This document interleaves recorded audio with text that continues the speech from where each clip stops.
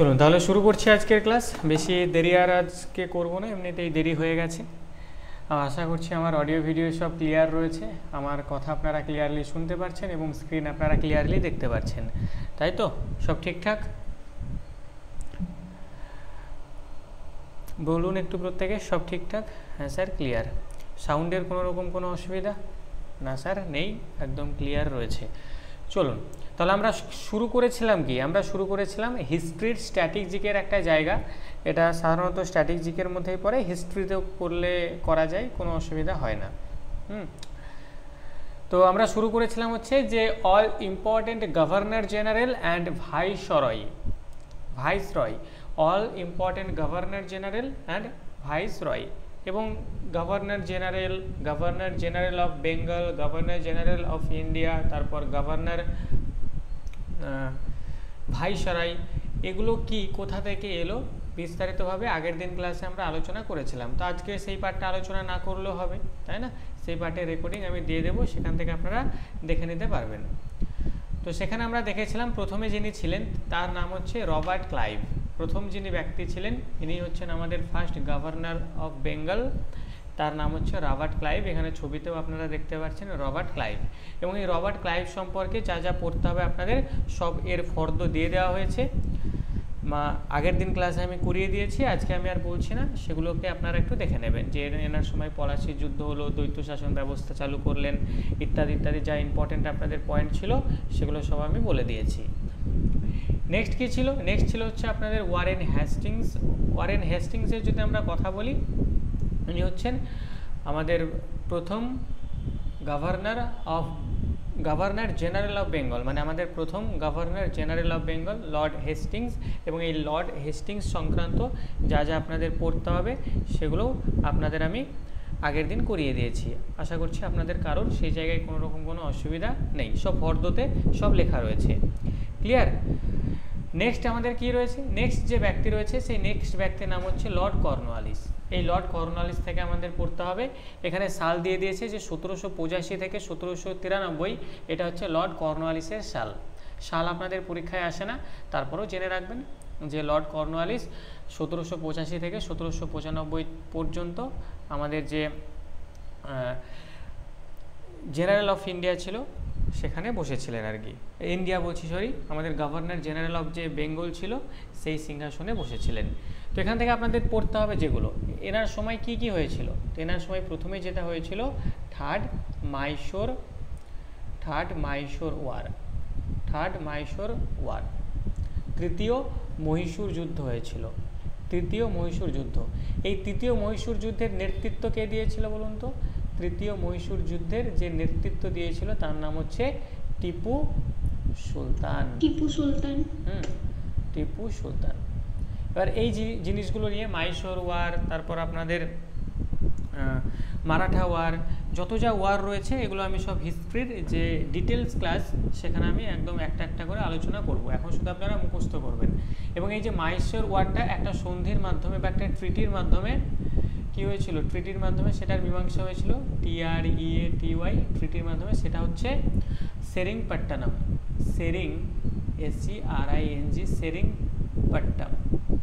সেরিংপট্টম, এই যে একটা ট্রিটি, এই ট্রিটির সাহায্যে সেটার মীমাংসা হয়েছিল। নেক্সট একদম ভিভিআই জায়গা, সেটা হচ্ছে আপনাদের মাথায় রাখতে হবে, সেটা হচ্ছে permanent settlement. Permanent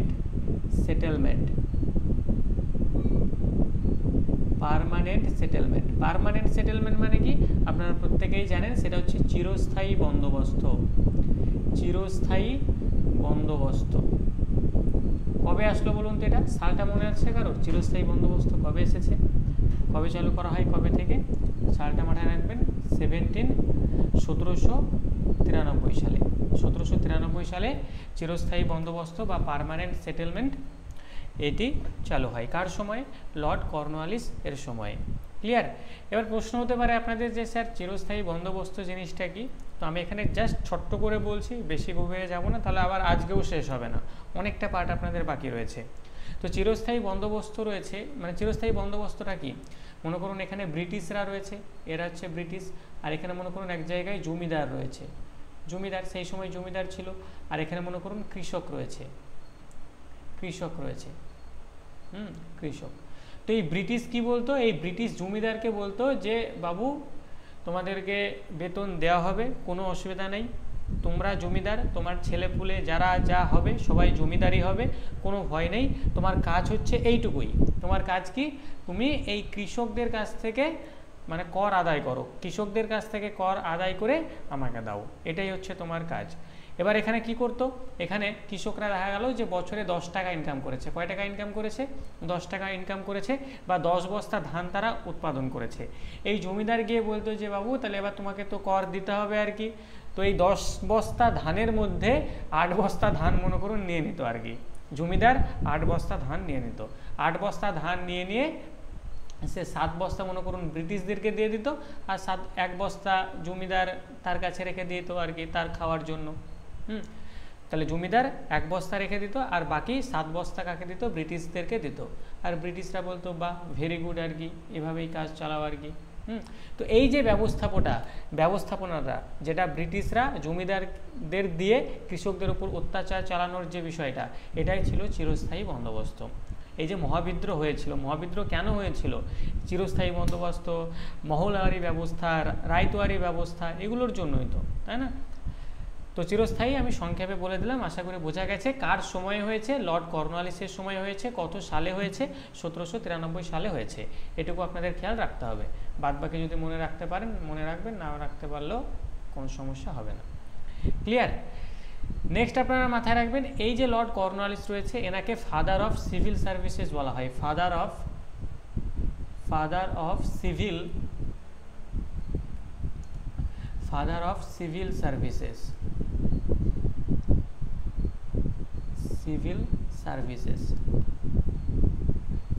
father of civil services বলা হয়, মানে সিভিল সার্ভিসের জনক বলা হচ্ছে কাকে, এই লর্ড কর্নওয়ালিসকে। ক্লিয়ার। এবং লর্ড কর্নওয়ালিসের যে মৃত্যু সেটাও খেয়াল রাখবেন, মানে মৃত্যু বা ডেট কবে হয়, মানে তিনি কবে মারা যান, সেটা হচ্ছে 1805 সালে, 1805 সালে তিনি মারা যান, 1805 সালে তিনি মৃত্যু হয়। কোথায় মৃত্যু হয়, আমাদের ইউপির যে গাজীপুর রয়েছে, ইউপির গাজীপুরে তার মৃত্যু হয়। তাহলে এই পয়েন্টগুলো আপনাদেরকে লর্ড কর্নওয়ালিস থেকে খেয়াল রাখতে হবে। আশা করছি ক্লিয়ার, কোনো সমস্যা নেই।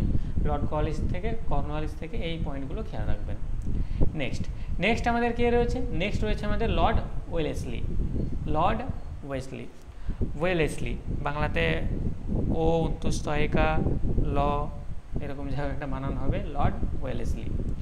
তো লর্ড ওয়েলেসলি থেকে আপনাদের মাথায় রাখতে হবে যে কোন জায়গাগুলো পড়তে হবে। সবার প্রথমে যেটা আপনারা মাথায় রাখবেন যে সাবসিডিয়ারি অ্যালায়েন্স, সবার প্রথমে যেটা মাথায় রাখবেন সেটা হচ্ছে কি সাবসিডিয়ারি অ্যালায়েন্স,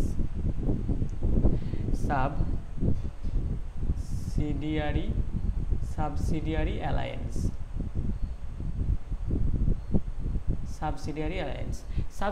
অ্যালায়েন্স মানে কি, সাবসিডিয়ারি অ্যালায়েন্স মানে হচ্ছে অধীনতামূলক মিত্রতা নীতি, অধীনতামূলক মিত্রতা নীতি। বিষয়টি কি আপনাদের জানা আছে, অধীনতামূলক মিত্রতা নীতি কি, বলুন, জানা আছে?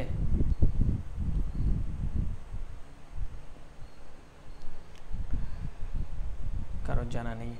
আচ্ছা, অধীনতামূলক মিত্রতা নীতি হচ্ছে, আপনারা জানেন যে আমাদের ভারতবর্ষের সমস্ত জায়গায় ব্রিটিশরা শাসন করতো না, করতো কি, সমস্ত জায়গায় ব্রিটিশরা শাসন করতো না। ব্রিটিশরা মেন যে জায়গাগুলো রয়েছে সেই মেন জায়গাগুলোতে ব্রিটিশরা শাসন করতো, আর বাকি যে জায়গাগুলো ছিল সেখানে দেশীয় রাজারাই শাসন করতো। এবং সেই যে দেশীয় রাজারা তারা কাদের অধীনে থেকে শাসন করতো বলুন তো, কাদের অধীনে থেকে শাসন করতো, ব্রিটিশদের অধীনে থেকে। হ্যাঁ, তো সেই ব্রিটিশরাই নিয়ে এসেছিল অধীনতামূলক মিত্রতা নীতি। এই ব্রিটিশদের মধ্যে সেই সময় গভর্নর জেনারেল অফ বেঙ্গল কে ছিলেন, গভর্নর জেনারেল অফ বেঙ্গল ছিলেন লর্ড ওয়েলেসলি ছিলেন গভর্নর জেনারেল অফ বেঙ্গল। তো তিনি নিয়ে আসলেন আর কি।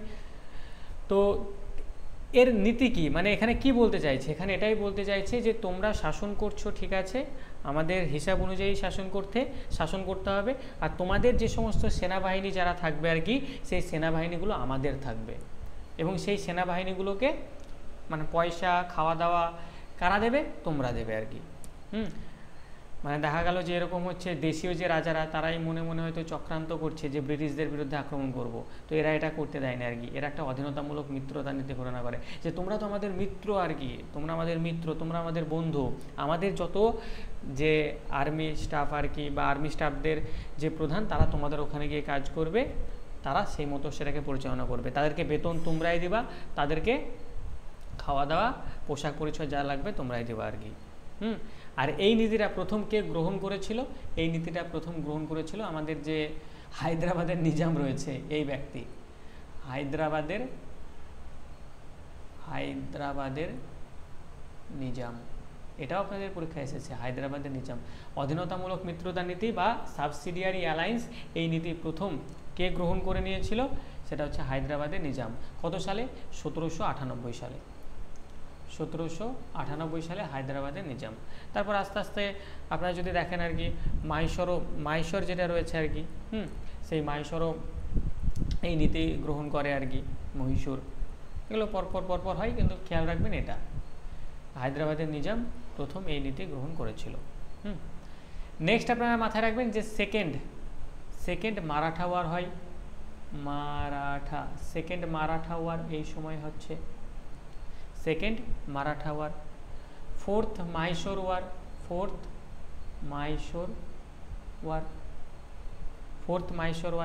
আর এই ফোর্থ যে মাইসোর ওয়ার, এখানে আমাদের টিপু সুলতানের মৃত্যু হয়। টিপু সুলতান এর মৃত্যু হয় বা মারা যান, ডেড হয়। এনাকে একটা উপাধি দেওয়া হয়েছিল, সেই উপাধিটার নাম হচ্ছে Sher of Bengal. Sher of Bengal এই উপাধিটা দেওয়া হয়, এটাও খেয়াল রাখবেন, শের অফ বেঙ্গল। আর এই ব্যক্তি যত নিউজ প্রিন্ট কারখানা ছিল সেগুলোকে ব্যান্ড করেছিল। নিউজ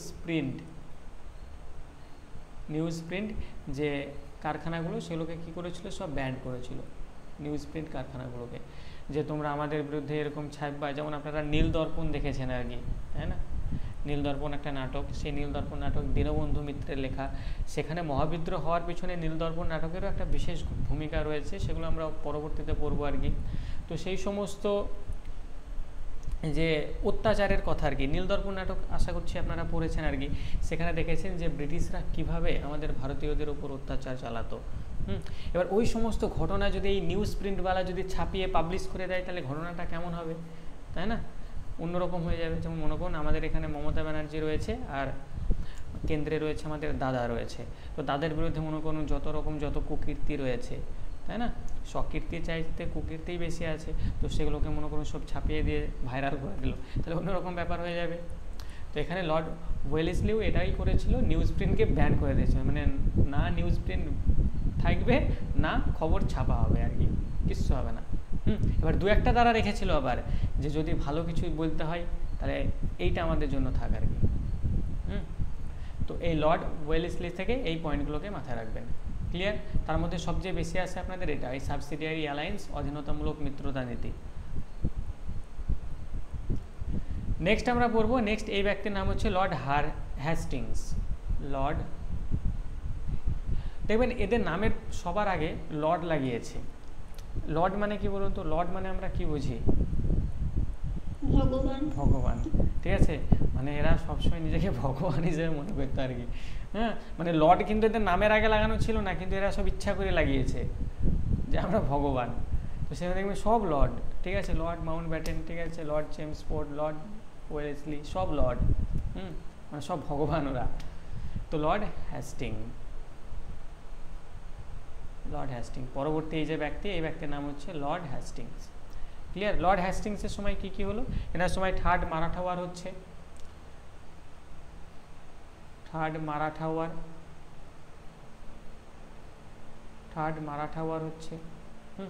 মারাঠা ওয়ার কাদের সঙ্গে কিভাবে হলো, কে জয়ী হলো না হলো সব বলা হবে, তো এইগুলোকে খেয়াল রাখুন। মানে মারাঠা ওয়ার তো 4-5 বার হয়েছে আর কি, প্রথম, দ্বিতীয়, তৃতীয়, এগুলো কার সময় হয়েছে মাথায় রাখতে হবে। থার্ড মারাঠা ওয়ার হয়েছে, অ্যাংলো নেপাল ওয়ার হয়েছে, অ্যাংলো নেপাল ওয়ার, এবং এই নেপাল ওয়ার একটা ট্রিটির মাধ্যমে ঠিক হয় সেটা হচ্ছে TRATY, ট্রিটিটার নাম হচ্ছে সাগলি। এই ট্রিটির মাধ্যমে সেটা সমাধান হয়। নেক্সট যেটা সবচেয়ে গুরুত্বপূর্ণ সেটা হচ্ছে রায়তোয়ারি ব্যবস্থা। রায়তোয়ারি ব্যবস্থা চালু করেন। রায়তোয়ারি ব্যবস্থাটা কি? ওই চিরস্থায়ী বন্দোবস্তর মতনই, কিন্তু এখানে কি করবে মনে করুন, চিরস্থায়ী বন্দোবস্ততে আমরা কি দেখেছিলাম? চিরস্থায়ী বন্দোবস্তে দেখলাম এখানে ব্রিটিশরা রয়েছে, মাঝে একজন জমিদার রয়েছে, আর তারপর আমাদের কৃষকরা রয়েছে। তো ব্রিটিশ জমিদারকে বলবে, জমিদার কৃষকের কাছে এসে মানে কর আদায় করবে।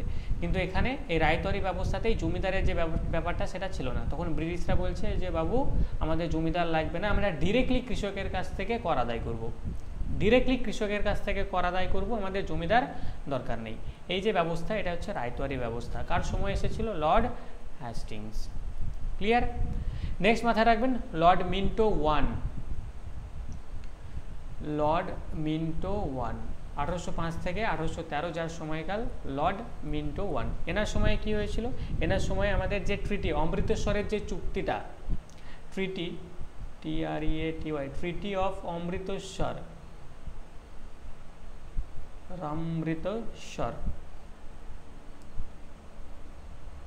ট্রিটি অফ যে অমৃতসর, এই চুক্তি স্বাক্ষরিত হয়েছিল, ট্রিটি অফ অমৃতসর। ক্লিয়ার? অমৃতসরের চুক্তি কত সালে? 1809 সালে।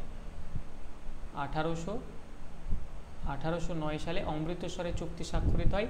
এই অমৃতসরের চুক্তি কাদের মধ্যে স্বাক্ষরিত হয়েছিল? তাহলে আপনারা জানেন মহারাজা রণজিৎ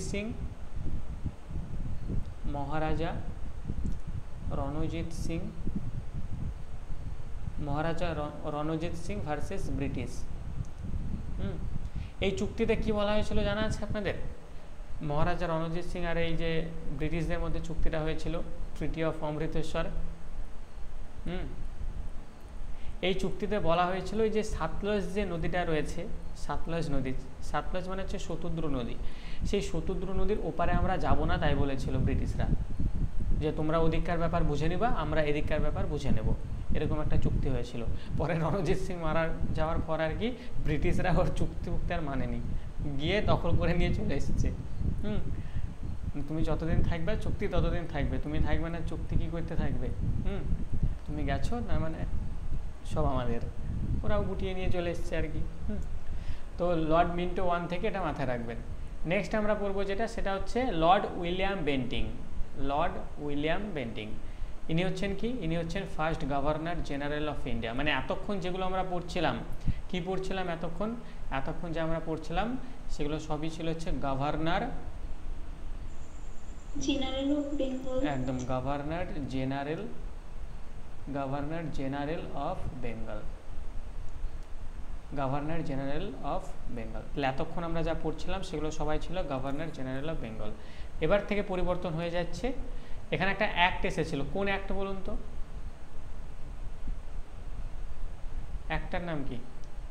মানে গভর্নর জেনারেল অফ বেঙ্গল থেকে চার্টার অ্যাক্ট তো নয়, গভর্নর জেনারেল অফ বেঙ্গল থেকে গভর্নর জেনারেল অফ ইন্ডিয়া এটাতে স্থানান্তরিত হলো। কোন অ্যাক্টের মাধ্যমে? Saint Helena act. একদম, সেন্ট হেলিনা অ্যাক্ট। কত সালে এটা? Saint Helena act 1833। এই যে এর মাঝে এসেছিল 1833 এসেছিল সেন্ট হেলিনা অ্যাক্ট। ক্লিয়ার? তাহলে আমাকে বলুন, আমি যদি বলি last governor general of Bengal কে হবে তিনি? Last governor general of Bengal বলুন। Last governor general of Bengal Warren Hastings আপনারা, আমি বলছি লাস্ট। ওয়ারেন হেস্টিং ফার্স্ট ছিল, first governor general of Bengal ছিল, আমি লাস্টের কথা বলেছি। তাহলে last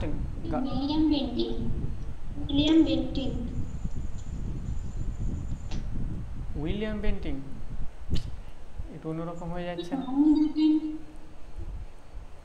last governor general of Bengal, last governor general, William Bentinck, তাই না?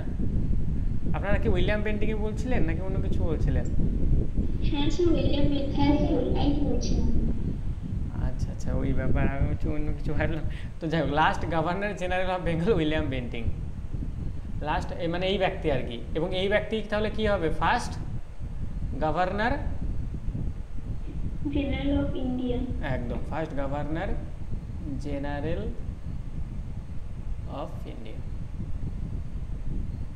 ক্লিয়ার এবার এই জায়গাটা? বলুন, এই জায়গাটা ক্লিয়ার এবার? হ্যাঁ স্যার, ক্লিয়ার। একদম। এবার এনার সময় কি কি হয়েছিল, লর্ড উইলিয়াম বেন্টিং এনার সময় কি কি হয়েছিল চলুন পড়ে নিই। তো এনার সময় প্রথম যেটা হয়েছিল সেটা হচ্ছে সতীদাহ প্রথার বিলুপ্তি। সতীদাহ প্রথার বিলুপ্তি, সতীদাহ প্রথার বিলুপ্তি। তাহলে এনার সময় হয়েছিল সতীদাহ প্রথার বিলুপ্তি। এখানে সহযোগিতা করেছিল আর কি, সতীদাহ প্রথার বিলুপ্তিতে সহযোগিতা করেছিল আপনাদেরকে রাজা রামমোহন রায়। রাজা রামমোহন রায়। এবং এই রাজা রামমোহন রায়ের দ্বারাই এই সতীদাহ প্রথার বিলুপ্তি হয়েছিল। তার মানে বুঝতেই পারছেন যে সতীদাহ প্রথা কতটা ভয়াবহ ছিল। ওই যে ছোটোবেলায় যখন পড়েছিলাম বেশ ভালো লেগেছিল আর কি, যে বুড়ো লোকের সঙ্গে বিয়ে হতো, তারপর তাকেও মারা হতো, আর একটা ছেলে পেলে 400 টাকা করে কম করে হলেও বিয়ে করতো। আর এখন একটা হয় না আর কি, একটাও কপালে জোটে না, কিন্তু তখন 400 টাকা করে বিয়ে করতো, মানে কমপক্ষে 400 টাকা করে বিয়ে করতো আর কি। তো এই রাজা রামমোহন গিয়ে ব্যাপারটাকে দেখে একটু সামলেছিল আর কি। তো এখন মানে আপনারা যারা মেয়েরা যারা আছেন আর কি, তাদের মানে এই রাজা রামমোহন রায়ের ফটো, তারপর বিদ্যাসাগরের ফটো, এদের ফটো দেওয়ালে টাঙানো উচিত। আর আমরা সব দেবজিতের ফটো টাঙিয়ে রাখি, তাই না? আমার ক্লাস তো দেব, ফটো দেখবেন মোবাইলের ওয়ালপেপারে ইত্যাদি ইত্যাদিতে টাঙানো থাকে। তো ওদের না লিখে এদেরটাকে রাখতে হবে। তো দেবের ফটো কার ওয়ালপেপারে আছে? আছে নাকি কারো ওয়ালপেপারে? আচ্ছা আচ্ছা, ওই যে পল্লবী ম্যাডাম বলছে আছে। না স্যার, ওটা বলিনি, আমি বলছি স্যার আপারে ক্লাস হচ্ছিল তো ছিলাম এখানে, কতক্ষণ ক্লাস হচ্ছে বুঝতে পারিনি, ওটা জিজ্ঞাসা করছিলাম। ও ওইটা ওই ব্যাপার, আমি বলছি দেবের ফটো ওয়ালপেপারে আছে মানে আপনার ফোনের সামনে।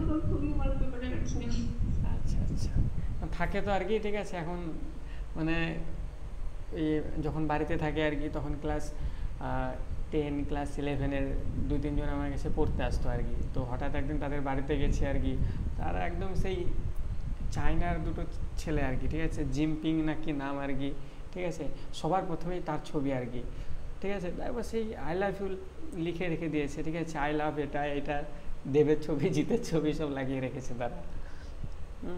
তো থাকে আর কি, যাই হোক। হ্যাঁ, সাউথ কোরিয়া, ঠিক আছে, চিম্পিং জং যাই হোক কেউ আছে একজন ওখানে, ঠিক আছে। রেকর্ডেড দিয়ে দেবেন আজকে, কারণ অনেকক্ষণ করতে পারিনি, কিছু বুঝতে পারছি না। এখানে ম্যাডাম কোনো সমস্যা নেই, আপনি এখান থেকেই কন্টিনিউ করুন। মানে এটা তো আর সেই থিওরি হচ্ছে না, এটা স্ট্যাটিক জিকে ম্যাডাম, আপনি এখান থেকে কন্টিনিউ করুন, অসুবিধা হবে না। পরে আপনি প্রথম একটুকু রেকর্ডিং দেখে নেবেন।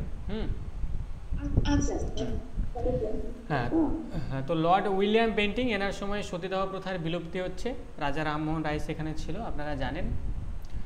তারপরে 1833 সালে চার্টার অ্যাক্ট আসছে। 1833 সালে চার্টার অ্যাক্ট 1833 সালে চার্টার অ্যাক্ট আসছে, চার্টার অ্যাক্ট পাস হচ্ছে। এই যে চার্টার অ্যাক্ট কি, এগুলো সব আপনাদের পরে বোঝানো হবে, এগুলো আপনারা ক্লিয়ারলি এখন মনে রাখুন আর কি। চার্টার অ্যাক্ট বলতে গেলে আরও প্রিভিয়াস ইয়ারে আরও ঘটনা রয়েছে, এখন শুধু স্ট্যাটিক জিকের জায়গা শুধু মুখস্থ করুন। চার্টার অ্যাক্ট আসছে। 1835 সালে প্রথম কলকাতাতে মেডিকেল কলেজ স্থাপন হচ্ছে। 1835 সালে কলকাতাতে মেডিকেল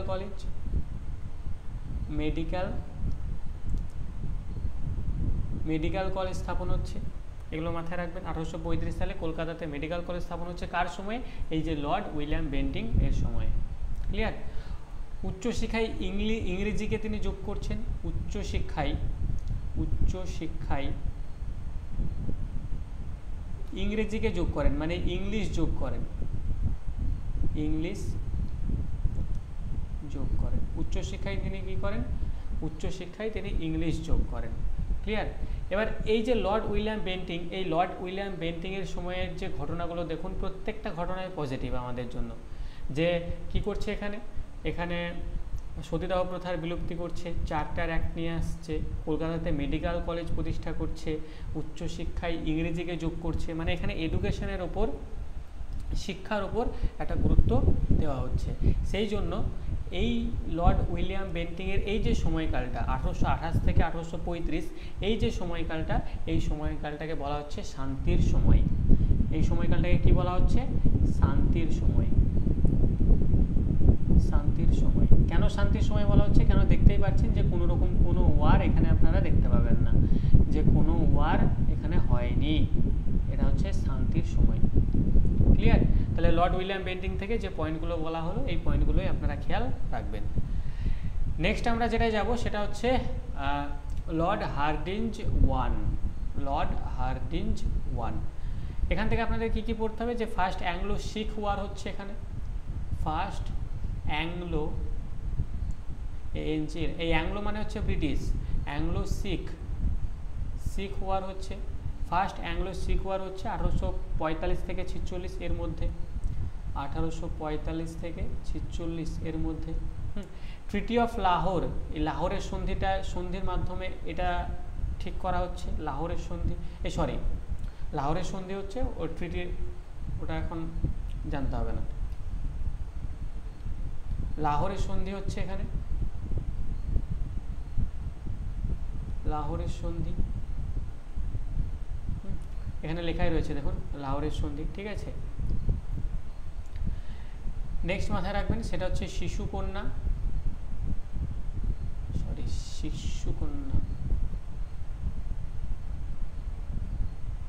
শিশুকন্যা হত্যা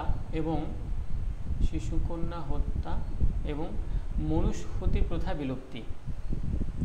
মনুষ্যহতি প্রথা বিলুপ্তি হচ্ছে এখানে। তাহলে এই তিনটে পয়েন্ট এখানে খেয়াল রাখবেন, যে ফার্স্ট অ্যাংলো শিখ ওয়ার হচ্ছে, লাহোরের সন্ধি হচ্ছে, আর শিশুকন্যা হত্যা এবং মনুষ্যহতি প্রথা এগুলোকে বিলুপ্তকরণ করা হচ্ছে। নেক্সট আমাদের রয়েছে এই ব্যক্তি যার নাম হচ্ছে লর্ড ডালহৌসি। নেক্সট ব্যক্তি লর্ড ডালহৌসি। এরা সবাই কি বলুন তো? এরা সবাই হচ্ছে গভর্নর জেনারেল অফ বেঙ্গল না ইন্ডিয়া? ইন্ডিয়া, একদম governor general of India Lord Dalhousie, 1848 থেকে 1856। বলুন তাহলে লর্ড ডালহৌসির সময় কি কি ঘটনা ঘটেছিল? দু একটা মনে আছে কিছু? হ্যাঁ, একদম ঠিক আছে। সবচেয়ে গুরুত্বপূর্ণ ঘটনা সেটা হচ্ছে সত্যবিলোপ নীতি, দন্তে শয়ে বয়ে তয়ে তয়ে বয়ে, সত্যবিলোপ নীতি, যাকে আমরা ইংরেজিতে কি বলি? ডক্ট্রিন অফ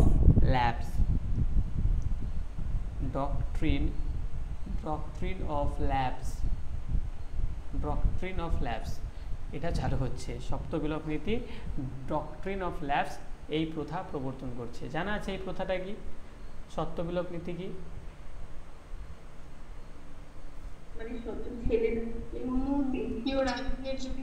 রাজাদের কোনো ছেলে বা পুত্র সন্তান না থাকে তাহলে সরাসরি সেটা ব্রিটিশ সাম্রাজ্য হয়ে যাবে সেই রাজ্যটা।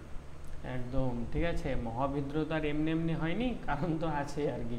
এই সত্যবিলোপ নীতি কে নিয়ে এসেছিল? লর্ড ডালহৌসি। এই যে ব্যক্তিকে আপনি দেখতে পাচ্ছেন, এই ব্যক্তি নিয়ে এসেছিল। এ কি বলছে?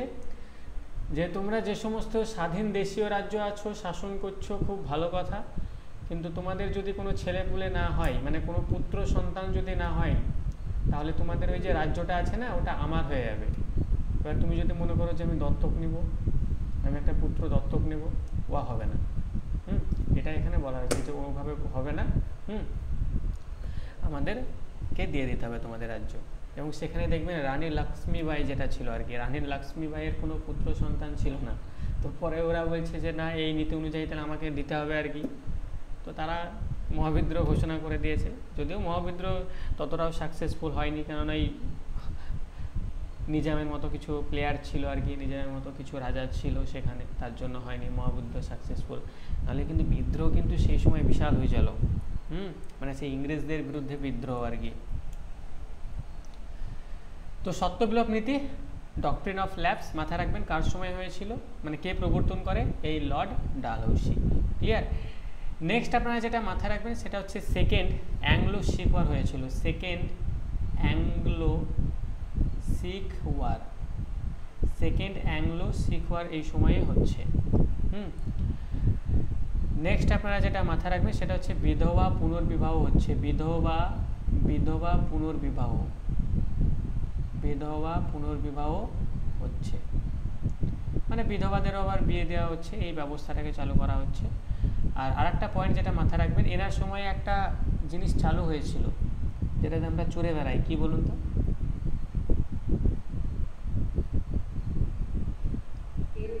রেল, ট্রেন, তাই তো? ট্রেন। তাহলে হ্যাঁ, তো এই রেল যে ব্যবস্থাটা এনার সময় চালু হয়, রেল ব্যবস্থা, রেল ব্যবস্থা কত সালে বলুন তো? 1853। আচ্ছা, জাস্ট 1 মিনিট।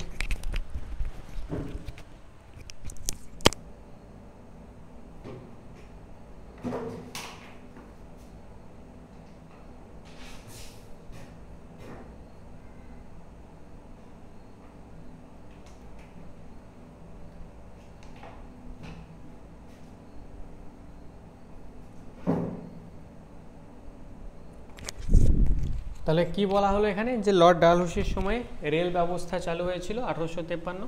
কোথায় থেকে কোথায় বলুন তো? বোম্বে টু থানে, বোম্বে টু থানে। কিন্তু ডাব্লিউবিপিতে আবার জিজ্ঞাসা করা হয় যে কোথায় রেল চলাচল ব্যবস্থা প্রথম হয়, তাহলে কোথায়, সেটা কোন স্টেটে জিজ্ঞাসা করা হয়েছিল? তাহলে স্টেট বললে কি করব? মহারাষ্ট্র। তখন স্টেট যদি জিজ্ঞাসা করে তাহলে আমরা বলবো হচ্ছে মহারাষ্ট্র। এবং তার পরের বছরই আমাদের ওয়েস্ট বেঙ্গলে চালু হয় 1854 সালে, ওয়েস্ট বেঙ্গলে চালু হচ্ছে হুগলি থেকে হাওড়া এর মধ্যে, হুগলি থেকে হাওড়া এর মধ্যে তার পরের বছরই চালু হচ্ছে আমাদের ওয়েস্ট বেঙ্গলে। নেক্সট কি মাথায় রাখবেন? নেক্সট মাথায় রাখবেন আমাদের যত টেলিগ্রাফ রয়েছে,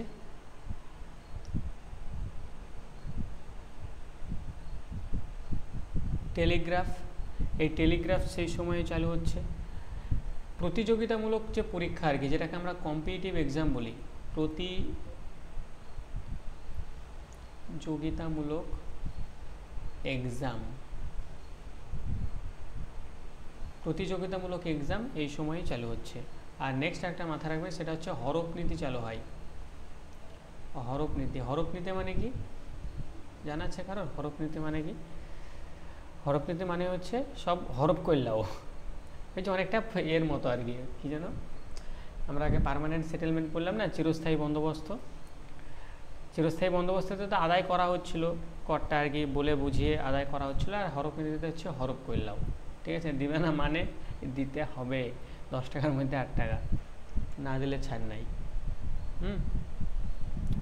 এবং এখানে আমাদের শেষ হচ্ছে গভর্নর জেনারেল অফ বেঙ্গল, এখানে আমাদের শেষ হলো গভর্নর জেনারেল অফ ইন্ডিয়া, এখানেই শেষ। এই যে ব্যক্তিকে দেখতে পাচ্ছেন, এই ব্যক্তির নাম হচ্ছে লর্ড ক্যানিং। এবং এই লর্ড ক্যানিংয়ের সময়, মানে লর্ড ক্যানিংয়ের আগের পর্যন্ত যারা দেখলেন তারা সবাই হচ্ছে governor general of India, governor general of India. আর সেই সময় কি হয়েছিল? ওই মহাবিদ্রোহটা হয়েছিল। যেই মহাবিদ্রোহটা হয়েছে আর ব্রিটেনের যে রাজা রানী যারা ছিল বলছে এই করতে পাঠালাম তোমাদেরকে, যে তোমরা থাকা সত্ত্বেও মহাবিদ্রোহ হচ্ছে, এরকম মহাবিদ্রোহ হচ্ছে, সব দমন করে দিতে পারছো না। তোরা তখন বললো ঠিক আছে, এবার থেকে নতুন একটা পদ নিয়ে আসা হবে, তার নাম হচ্ছে ভাইস রয়। নতুন কি নিয়ে আসা হবে? নতুন যে পদটা নিয়ে আসা হবে তার নাম হচ্ছে ভাইস রয়। তাহলে ফার্স্ট ভাইস রয় কে? এই যে এই ব্যক্তি লর্ড ক্যানিং। লর্ড ক্যানিং হচ্ছে ফার্স্ট ভাইস রয়। লর্ড ক্যানিংকে ফার্স্ট ভাইসরয়। এবং যদি জিজ্ঞাসা করে যে লাস্ট গভর্নর অফ ইন্ডিয়া কে ছিল last, lord Canning. Last governor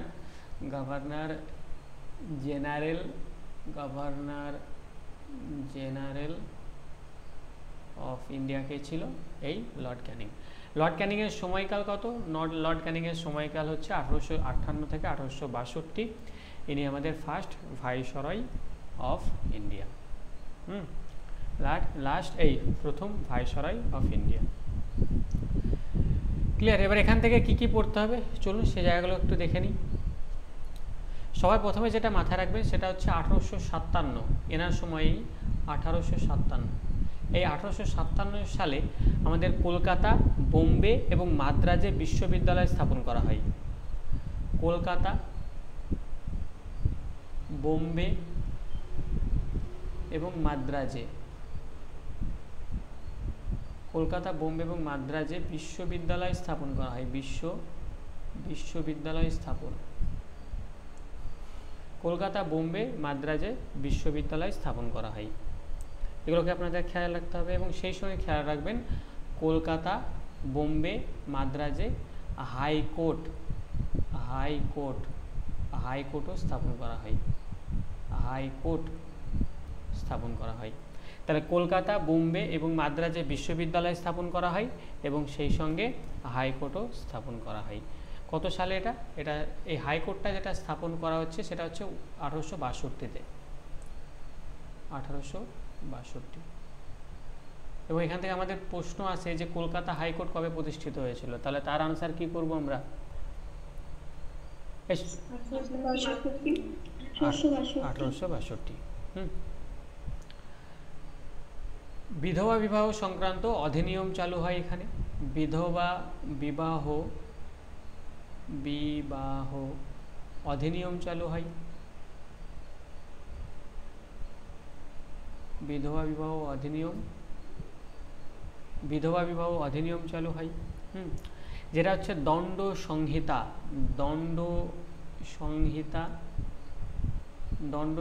যেটাকে আমরা বলছি আইপিসি, যার ফুল ফর্ম কি? ইন্ডিয়ান প্যানেল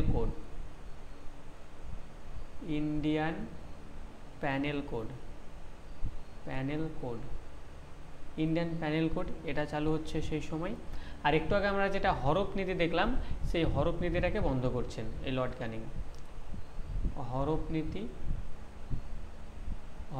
বন্ধ করেন। ব্যাস, এই কটা পয়েন্ট আপনারা খেয়াল রাখবেন লর্ড ক্যানিং থেকে।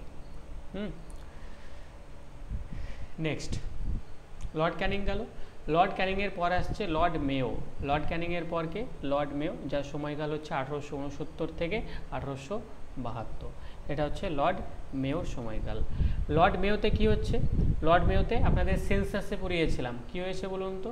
সেন্সাসের সময় ছিল না ইনি লর্ড মেয়ো?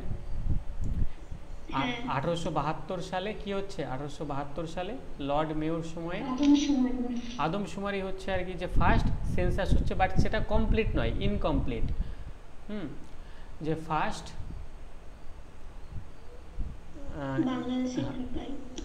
বাংলাদেশের ঢাকায় ম্যাডাম ওটা আরো আগে, 1830 সালে ওটা। মানে প্রথম অসম্পূর্ণভাবে জনগণনা, ওখানে তো শুধুমাত্র বাংলাদেশের ঢাকায় হয়েছিল। আর ফার্স্ট মানে অসম্পূর্ণ, মানে ইনকমপ্লিট যদি বলি, ফার্স্ট সেন্সাস ইনকমপ্লিটভাবে হয়েছিল। সেটা কার সময়ে? সেটা হচ্ছে লর্ড মেয়র সময়ে। লর্ড মেয়র সময়ে 1872 সালে ফার্স্ট সেন্সাস হয়েছিল, বাট সেটা ইনকমপ্লিট, মানে সম্পূর্ণভাবে নয়, মানে কিছু কিছু জায়গা সেখানে বাদ ছিল। এটা মাথায় রাখবেন। আজমির রয়েছে। আজমিরে মেয়ো নামে একটা কলেজ স্থাপন করেছিলেন, মেয়ো কলেজ। আজমিরে কি করছেন? মেয়ো কলেজ স্থাপন করছেন। নেক্সট মাথায় রাখবেন যে আমাদের যে আন্দামান নিকোবর দ্বীপপুঞ্জ রয়েছে, আন্দামান অ্যান্ড নিকোবর আইল্যান্ড, এই আন্দামান নিকোবর দ্বীপপুঞ্জে কি হচ্ছে? তিনি মারা যাচ্ছে।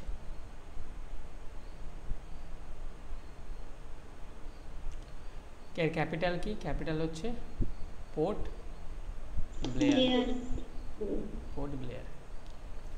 লর্ড মেও গেল, লর্ড মেও থেকে এগুলোকে পড়তে হবে, মানে এগুলো হচ্ছে সব মূল মূল পয়েন্ট আর কি। এগুলো থেকে প্রত্যেকটা লাইন থেকে প্রশ্ন এসেছে। আপনি এই লাইনগুলোকে তুলুন, তোলার পর গুগলে পেস্ট করুন, পাশে টেক্সট বুক লিখে দিন, দেখুন সব প্রশ্ন একটা একটা করে পেয়ে যাবেন প্রত্যেকটা লাইন থেকে। নেক্সট আমরা পড়বো হচ্ছে লর্ড লিটন।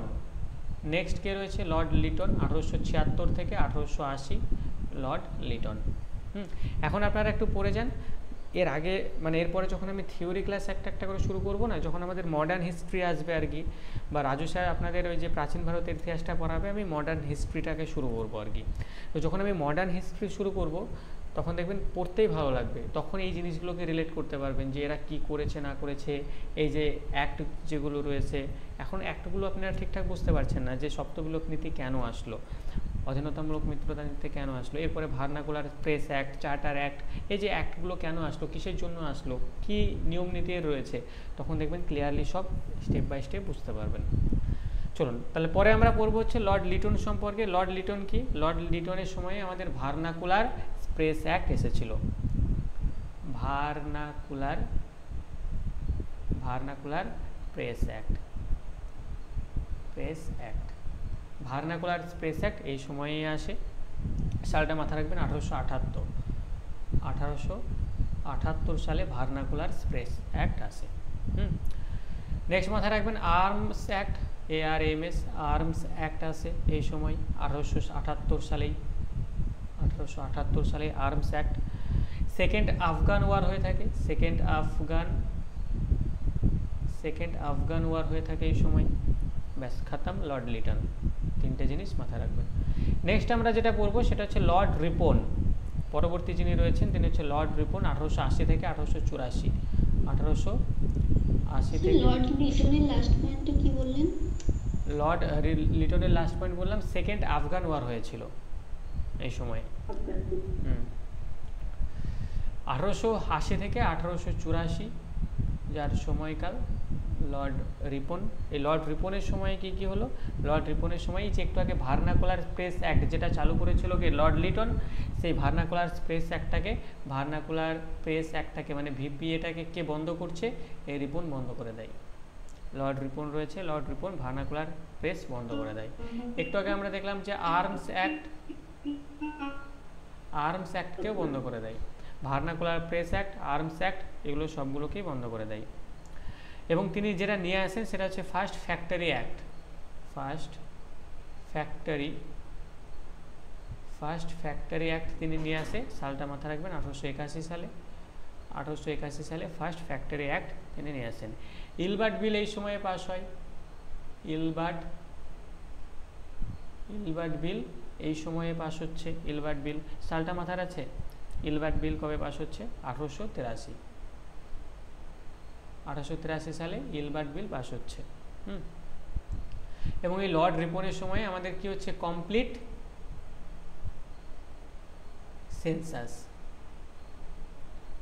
সেন্সাস হচ্ছে। কত সালে বলুন তো কমপ্লিট সেন্সাসটা হচ্ছে?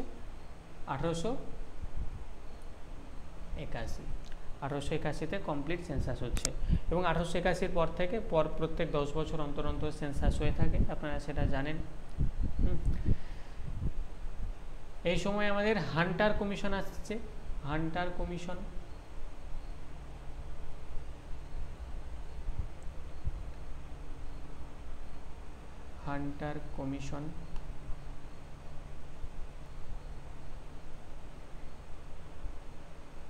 কমিশন আচ্ছা, কমিশনে ডাবল এস হবে নাকি এস হবে না? COMMISSION না TION হয়? SSION। আচ্ছা, কমিশন। তো হান্টার কমিশন আসছে কত সালে? 1882-তে আসছে হান্টার কমিশন। আমাদের শিক্ষার ক্ষেত্রে এটা ব্যাপকভাবে প্রয়োজনীয়। তো এখানে দেখুন, এখানে যে সমস্ত বিষয়গুলো রয়েছে সমস্ত বিষয়ই আমাদের পক্ষে আর কি, আমাদের ভালোর জন্যই রয়েছে। সেই জন্য এই সময়টাকে কি বলা হচ্ছে? Severe of India.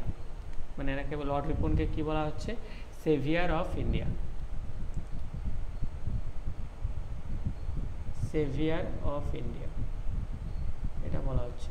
কারণ ভার্নাকুলার স্পেস অ্যাক্ট বাদ দিয়ে দিল, আর্মস অ্যাক্ট বাদ দিয়ে দিল, ফার্স্ট ফ্যাক্টরি অ্যাক্ট আসলো আর কি, যেটা ভালো। ইলবার্ট বিল, কমপ্লিট সেন্সাস, হান্টার কমিশন যা শিক্ষাক্ষেত্রে ব্যাপক প্রভাব ফেলেছে, সেই জন্য এনাকে বলা হচ্ছে সেভিয়ার অফ ইন্ডিয়া। নেক্সট আমরা যেটা পড়বো, নেক্সট যিনি রয়েছেন বলুন ম্যাডাম। ভার্নাকুলার প্লেস একটাই কি ওই স্বাধীনতা সংবাদ ধরনের ওটা? ভার্নাকুলার স্পেস অ্যাক্ট কি? ভার্নাকুলার বাংলাটা কি? আচ্ছা আপনারাই বলুন, ভার্নাকুলার স্পেস অ্যাক্ট কি? জানা নেই কারণ? ভাষা সংবাদপত্র আইন। একদম। ব্যাপারটা কি ছিল ওখানে?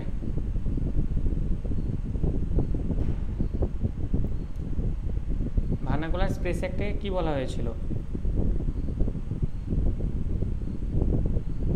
মানে এখানে বলা হয়েছিল, যেটা ম্যাডাম বললেন আর কি, আমাদের যে ভারতীয় ভাষা যেটা আর কি, সেটা সংবাদপত্রে তাদের যে স্বাধীনতা, সেই স্বাধীনতাকে খর্ব করেছিল আর কি।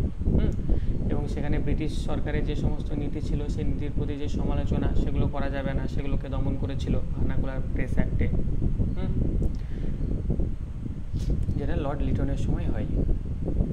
চল এই জায়গাগুলো যখন আমি থিওরি করাবো, একদম বিস্তারিতভাবে A to Z যা কিছু রয়েছে সব আলোচনা হবে আমাদের। কোনো সমস্যা নেই। ভার্নাকুলার স্পেস মানে প্রেস মানে বুঝতে পারছেন না? প্রেস মানে কি? এই যে ছাপার ব্যাপার কিছু থাকবে এখানে। সংবাদপত্রের স্বাধীনতা হরণ যেটা। একদম একদম, সংবাদপত্রের স্বাধীনতা হরণ। মানে ব্রিটিশদের বিরুদ্ধে কিছু করা যাবে না, বললেই তার খবর আছে। নেক্সট আমরা পড়বো, সেটা হচ্ছে লর্ড ডাফরিন, 1884 থেকে 1888, এটা ছিল তার সময়কাল। লর্ড ডাফরিনের সময়ে কি হয়েছিল, আমাদের যে Indian national Congress,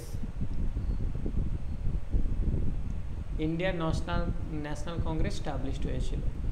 Indian national Congress established হয়েছিল। সালটা কত? সালটা হচ্ছে 1885। আপনারা তো জানেন যে ইন্ডিয়ান ন্যাশনাল কংগ্রেস কবে প্রতিষ্ঠিত হয়েছিল?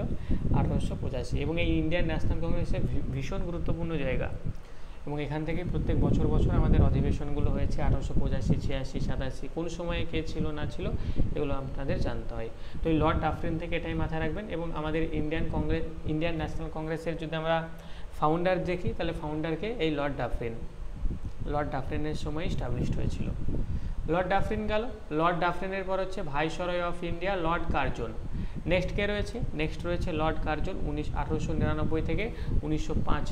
1899 থেকে 1905 এটা ছিল হচ্ছে তার সময়কাল। এনার সময় যেটা হয়েছিল 1905 সাল, দেখতে পাচ্ছেন 1905 সালে কি হয়েছিল? ঠিক আছে, Bengal partition.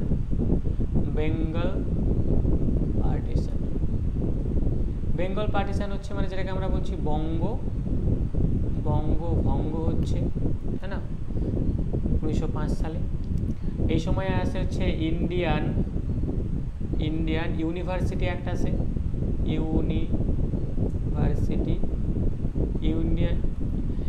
Indian university act আছে। CI বা SI যাই বলে না কেন, হয় ইন্ডিয়ান ইউনিভার্সিটি অ্যাক্ট আছে। এটাও আপনারা খেয়াল রাখবেন। কলকাতাতে কর্পোরেশন অ্যাক্ট আছে, corporation act, Kolkata corporation act, এটাও আছে কলকাতা কর্পোরেশন অ্যাক্ট। এবং আর্কোলজিক্যাল সার্ভে অফ ইন্ডিয়া এই সময় স্টাবলিশড হয় 1904 সালে। আর্কোলজিক্যাল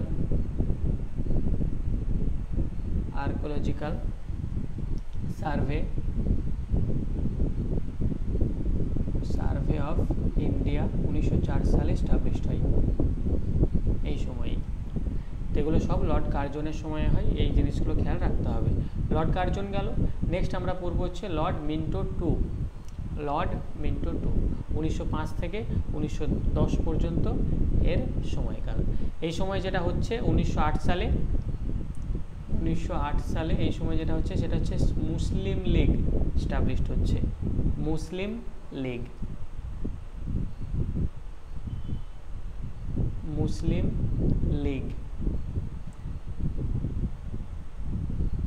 মুসলিম লীগ স্টাবলিশড হচ্ছে। এর ফাউন্ডার কে ছিল বলুন তো? মুসলিম লীগের ফাউন্ডার ছিল হচ্ছে আগা খান। এবং আগা খান কোন ট্রফির সঙ্গে যুক্ত বলুন তো? আগা খানের সঙ্গে রিলেটেড, মানে আগা খান একটা ট্রফি দেওয়া হয়, কোথায় থাকে সেটা, কোন স্পোর্টসে মনে নেই? মেজর ধ্যানচাঁদ ব্যাটের আগা দিয়ে এমন রঙ্গ দেখালো, হকি। হ্যাঁ, এত তাড়াতাড়ি ভুলে গেলে হবে? ওখানে আগা দিয়ে বোঝানো হলো। নেক্সট আমরা পড়বো সেটা হচ্ছে লর্ড হার্ডিঞ্জ টু, 1910 থেকে 1916। তাহলে 1911তে একটা ঘটনা ঘটে, সেটা কি? 1911তে যে ঘটনা ঘটে সেটা হচ্ছে বঙ্গভঙ্গ। প্রথম 1911তে প্রথম বিশ্বযুদ্ধ, হ্যাঁ অবশ্যই প্রথম বিশ্বযুদ্ধ। প্রথম বিশ্বযুদ্ধ শুরু হয় 1914 থেকে। 1911তে কি স্যার বঙ্গভঙ্গ রোধ হয়েছিল? হ্যাঁ, বঙ্গভঙ্গ রদ হয়েছিল। বঙ্গভঙ্গ 1911তে বঙ্গভঙ্গ রদ হয়। আর এই 1911 সালে আমাদের যে ক্যাপিটাল ছিল কলকাতা, সেই কলকাতা থেকে স্থানান্তরিত করা হয়। কোথায় নিয়ে যাওয়া হয় ক্যাপিটালটাকে? দিল্লিতে। তাহলে ক্যাপিটাল যেটা সেটা কলকাতা থেকে দিল্লি, সেই দিল্লিতে নিয়ে যাওয়া হয় 1911 সালে। কার সময়? এই লর্ড হার্ডিঞ্জ টু এই সময়। 1914 এই সময়ে আমাদের কি হচ্ছে? ওয়ার্ল্ড ওয়ার শুরু হচ্ছে। 1914তেই এনার সময়েই ওয়ার্ল্ড ওয়ার শুরু হচ্ছে। 1914 থেকে চলে কত পর্যন্ত? 1914 থেকে 1919 বা অনেকবার 1918 দেওয়া থাকে। 1914 থেকে 1918। তা শুরু হচ্ছে কার সময়? এই লর্ড হার্ডিঞ্জের সময় শুরু হচ্ছে। আর 1915 সালে একজনের ব্যক্তির আবির্ভাব হয় আমাদের ভারতবর্ষে। সে কোন ব্যক্তি? চশমা পরে বেশ থাকে, চুল নেই মাথায়। মহাত্মা গান্ধী। হ্যাঁ, কোথা থেকে অবতরণ করেন তিনি? কোথা থেকে আসেন 1915 সালে? দক্ষিণ আফ্রিকার থেকে। সে তার ল এর যে পড়া, সেই ল এর পড়া খতম করে আসছে আর কি 1915তে। মহাত্মা গান্ধী।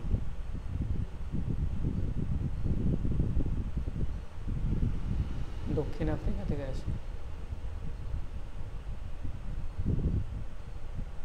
দক্ষিণ আফ্রিকা থেকে তিনি আসছে। ক্লিয়ার? এবং এই দিন থেকে 1915 সালের তারিখটাও খেয়াল রাখবেন, তারিখটা হচ্ছে 9 জানুয়ারি। এবং 9 জানুয়ারি আমরা কি দিবস হিসেবে পালন করছি? আমরা এনআরআই ডে, তাই না? এনআরআই ডে, যেটা হচ্ছে প্রবাসী ভারতীয় দিবস। এবং এই লর্ড হার্ডিঞ্জ রয়েছে, এই লর্ড হার্ডিঞ্জ আমাদের মহাত্মা গান্ধীকে একটা উপাধি দিচ্ছে। সেই উপাধিটা কি? কেশরী হিন্দ। কেশরী হিন্দ এই উপাধিটা দিচ্ছে। এটা আপনাদের খেয়াল রাখতে হবে। ক্লিয়ার? আশা করছি সমস্যা নেই। নেক্সট আমরা পড়বো লর্ড জেমস ফোর্ড। বলুন ম্যাডাম।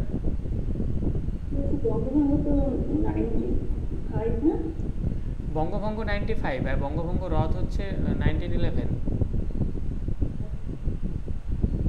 তো নেক্সট রয়েছে আমাদের লর্ড জেমস ফোর্ড রয়েছে। লর্ড কে রয়েছে? জেমস ফোর্ড, 1916 থেকে 1921। এই লর্ড জেমস ফোর্ডকে কিছু মনে পড়ছে ওই ক্ষুদিরামের সঙ্গে কি করেছিল বলুন তো? এই লর্ড জেমস ফোর্ডকে মারতে গেছিল না ক্ষুদিরাম? দুর্ভাগ্যবশত মারতে নেই। হ্যাঁ, ওই তো ব্যক্তি লর্ড জেমস ফোর্ড। এই ব্যক্তি নয়? কিংসফোর্ড ছিল তো। এটা নয় না। আচ্ছা, তো এনার সময় কি হলো? লর্ড, আচ্ছা, লর্ড জেমস ফোর্ড, কিংসফোর্ড ছিল না ওটা। যাই হোক, হ্যাঁ, তো এনার সময় যেটা হচ্ছে 1916 থেকে 1921, এটা হচ্ছে এর সময়কাল। তাহলে 1916 থেকে 1921 এটা হচ্ছে তার সময়কাল। তাহলে ওয়ার্ল্ড ওয়ার শেষ হচ্ছে। ওয়ার্ল্ড ওয়ার মানে ফার্স্ট ওয়ার্ল্ড ওয়ার এখানে দেখবো আমরা খতম হচ্ছে আর কি, মানে শেষ হচ্ছে আর কি। এনার সময় 1916 সালে একটা লীগ প্রতিষ্ঠিত হয় 1916 সালে, যেটার নাম হচ্ছে home rule League. Home rule League.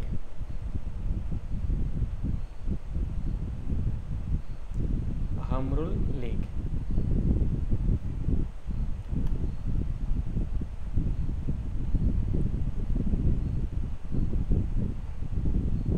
Home rule League এই সময় এস্টাবলিশড হচ্ছে। বলুন তো এই হোম রুল লীগের যে ফাউন্ডার কে ছিল 1916 সালে? মহাত্মা গান্ধী। হোম রুল লীগ মহাত্মা গান্ধী তো নয়, বাল গঙ্গাধর তিলক এবং অ্যানি বেসান্ত, মানে তিলক আর হচ্ছে অ্যানি বেসান্ত।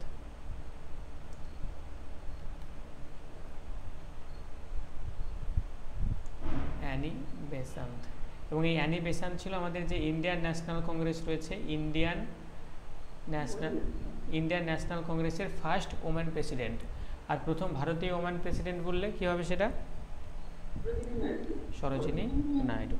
সরোজিনী নাইডু। যখন আপনাদের ইন্ডিয়ান ন্যাশনাল কংগ্রেস হবে তখন তো এখান থেকে আরও বিস্তারিত সব আপনাদের বলা হবে, কোনো অসুবিধা নেই। এই সময়ই 1916 সালে আর কি হচ্ছে? 1916 সালে আপনারা জানেন লখনৌ অধিবেশন হয়। লখনৌ অধিবেশন, এগুলোকে খেয়াল রাখবেন। এবার এগুলো ডিরেক্টলি জিজ্ঞাসা করে যে লখনৌ অধিবেশন কবে হয়েছিল। লখনৌ অধিবেশন হয়েছিল 1916 সালে। পরবর্তী সাল 1917 সাল। 1917 সালে কি হচ্ছে? চম্পারণ সত্যাগ্রহ। চম্পারণ সত্যাগ্রহ হচ্ছে 1917-তে। 1918-তে কি হচ্ছে? তার পরের বছর খেদা সত্যাগ্রহ। খেদা সত্যাগ্রহ হচ্ছে 1918-তে। 1919-এ কি হচ্ছে? 1919-এ রাওলাট অ্যাক্ট পাস হচ্ছে। রাওলাট অ্যাক্ট আসছে 1919-এ। পরে আপনারা এখানে দেখতে পাবেন, হ্যাঁ 1919-এ আরও একটা ঘটনা ঘটে আর কি। সেটা কি বলুন তো? 13 এপ্রিল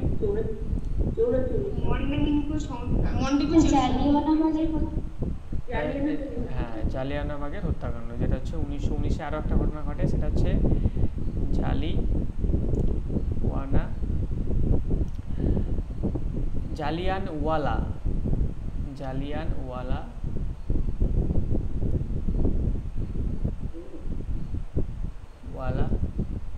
বাগের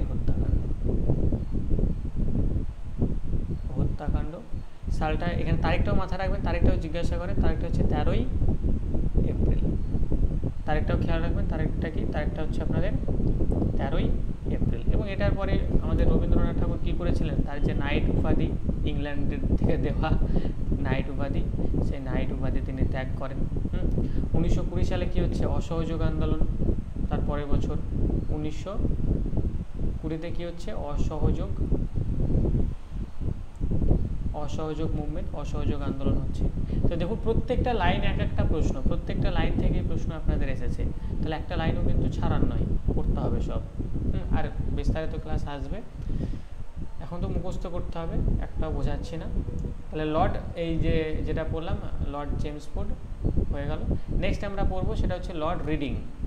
নেক্সট যে ব্যক্তি রয়েছে, নেক্সট ব্যক্তির নাম হচ্ছে লর্ড রিডিং। লর্ড রিডিংয়ের সময় কি হলো? লর্ড রিডিংয়ের সময় আমাদের যে অসহযোগ যে আন্দোলনটা সেটা দমন হয়। শুরু হলো এর আগে, আর এখানে দমন হয়ে যায়। অসহযোগ আন্দোলন কি হচ্ছে? দমন হয়। এই সময় অসহযোগ আন্দোলন দমন হয়। কেরালাতে মোপলা বিদ্রোহ হয়। কেরালাতে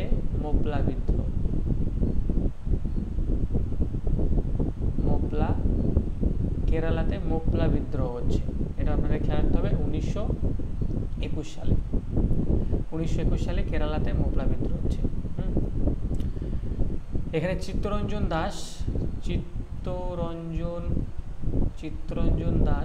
এবং এম.এন.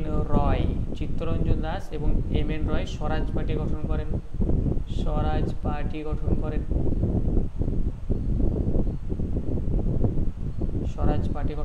খেয়াল রাখতে হবে। 1924 সালে আমাদের জাতীয় কংগ্রেসের যে সভাপতিত্বে প্রথমবার এবং শেষবারের জন্য সভাপতিত্ব কে করেন?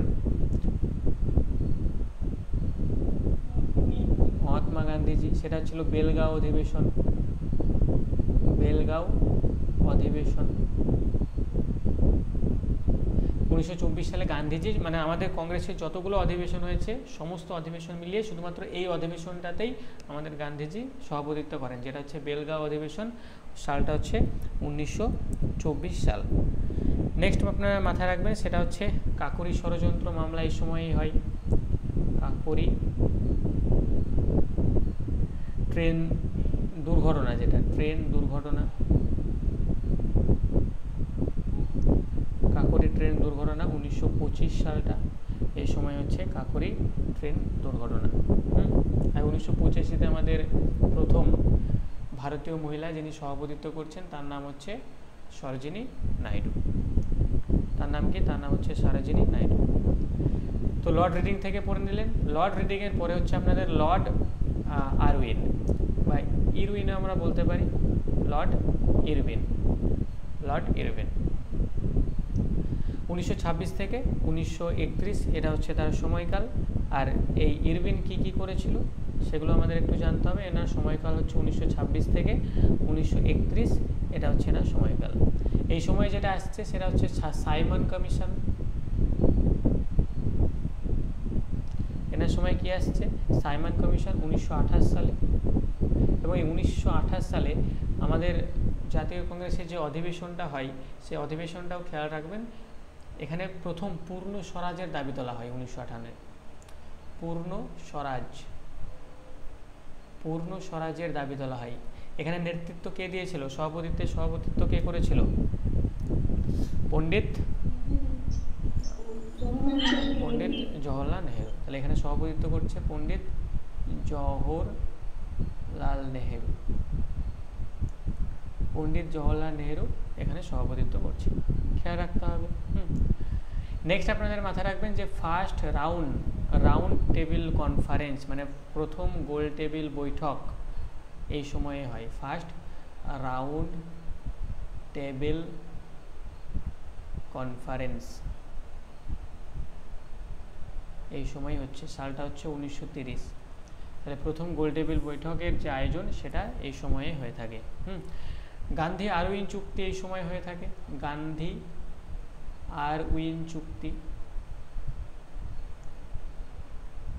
আরউইন চুক্তি সালটা হচ্ছে 1931 সালে গান্ধী আরউইন চুক্তি হয়ে থাকে। ব্যাস, আমাদের লর্ড ইরউইন রয়েছে, লর্ড ইরউইন খতম। লর্ড ইরউইন যেটা সেটা খতম। নেক্সট আপনারা যেটা পড়বেন সেটা হচ্ছে এই যে ব্যক্তি, এই ব্যক্তির নাম হচ্ছে লর্ড ওয়েলিংটন। লর্ড ওয়েলিংটন, এই ব্যক্তির নাম কি? এই ব্যক্তির নাম হচ্ছে লর্ড ওয়েলিংটন। লর্ড ওয়েলিংটনের সময়কাল যদি দেখি, সময়কাল হচ্ছে 1931, মানে তারপর থেকে 1931 থেকে 1936 এটা হচ্ছে লর্ড ওয়েলিংটনের সময়কাল। এই সময়ে কি হচ্ছে? এই সময়ে যদি আপনারা কয়েকটা গুরুত্বপূর্ণ ঘটনা দেখেন, তার মধ্যে প্রথম যেটা সেটা হচ্ছে আরবিআই স্টাবলিশড, মানে reserve bank of India. RBI established হচ্ছে 1935-এর 1 এপ্রিল। এখান থেকে আরেকটা খেয়াল রাখবেন, এখান থেকে আরবিআই ন্যাশনালাইজড কবে হয়? 1949-এ, 1949 সালে আরবিআই ন্যাশনালাইজড হয়, এটা একটু খেয়াল রাখবেন। ভারত শাসন আইন যেটা হচ্ছে government act, government of India যেটা 1935-এ আসে। গভর্নমেন্ট অফ ইন্ডিয়া অ্যাক্ট 1935-এ আসে, এটা আপনারা খেয়াল রাখবেন। দ্বিতীয় সেকেন্ড রাউন্ড টেবিল কনফারেন্স, সংক্ষেপে আমি লিখে দিচ্ছি second round table conference, RTC আমি সংক্ষেপে লিখলাম। দ্বিতীয় গোল টেবিল বৈঠক যেটা 1931 হচ্ছে, সেই সময়ে এর সময়ে হয়, লর্ড ওয়েলিংটনের সময়ে। এবং তৃতীয় পর হচ্ছে থার্ড রাউন্ড টেবিল কনফারেন্স, এটাও এই সময়ে হয়। আরও কিছু কথা এখান থেকে মাথায় রাখবে, যেমন আমাদের পুনা চুক্তি হয়েছিল এই সময়। পুনা চুক্তি কাদের মধ্যে হয়? পুনা চুক্তি 1932-এ, যেটা মহাত্মা গান্ধী আর বি আর আম্বেদকর। একদম। তাহলে গান্ধীজি ভার্সেস বি আর আম্বেদকর। গান্ধীজি ভার্সেস আম্বেদকর। গান্ধীজি ভার্সেস আম্বেদকরের মধ্যে কি হচ্ছে, পুনা চুক্তি 1932 সালে। আর 1935 সালে আমাদের যে বর্মা ছিল না, যেটা বর্তমানে মায়ানমার, সেই মায়ানমারও আলাদা হয়ে যায়। 1935 সালে বর্মা আলাদা হয়ে যায়।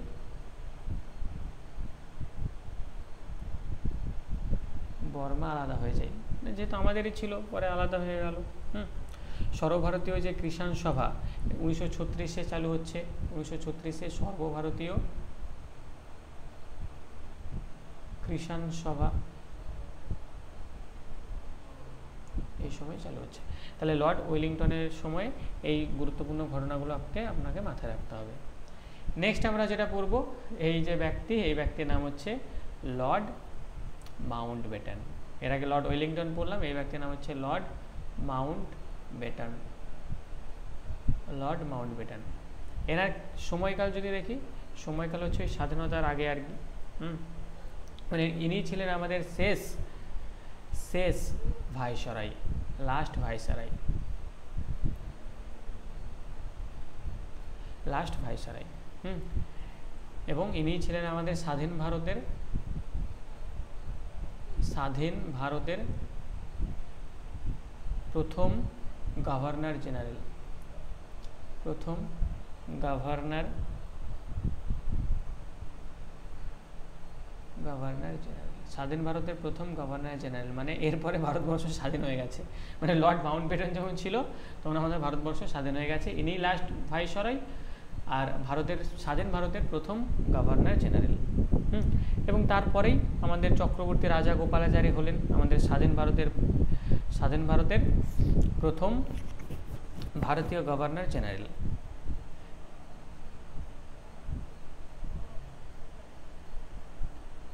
মানে এবং সেই সঙ্গে ইনি মাথায় রাখবেন, ইনি হচ্ছেন স্বাধীন ভারতের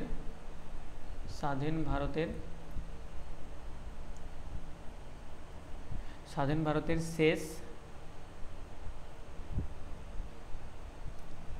গভর্নর জেনারেল।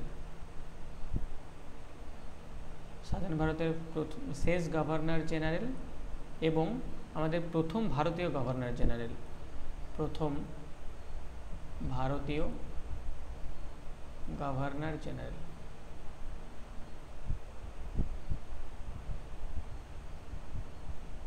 এনার নাম হচ্ছে কি, এনার নাম হচ্ছে চক্রবর্তী রাজা গোপালাচারী। চক্রবর্তী রাজা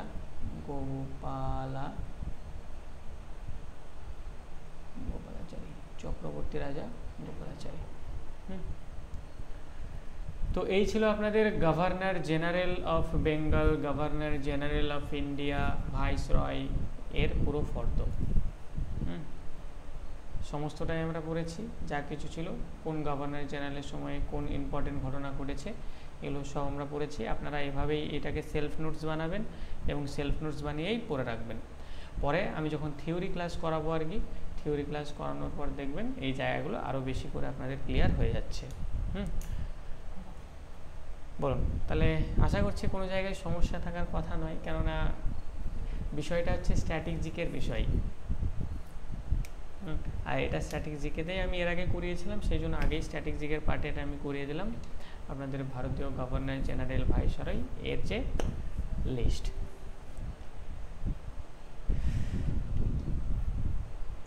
স্যার লর্ড মিন্টো 2 এর স্লাইডটা দেখাবেন। Lord Minto 2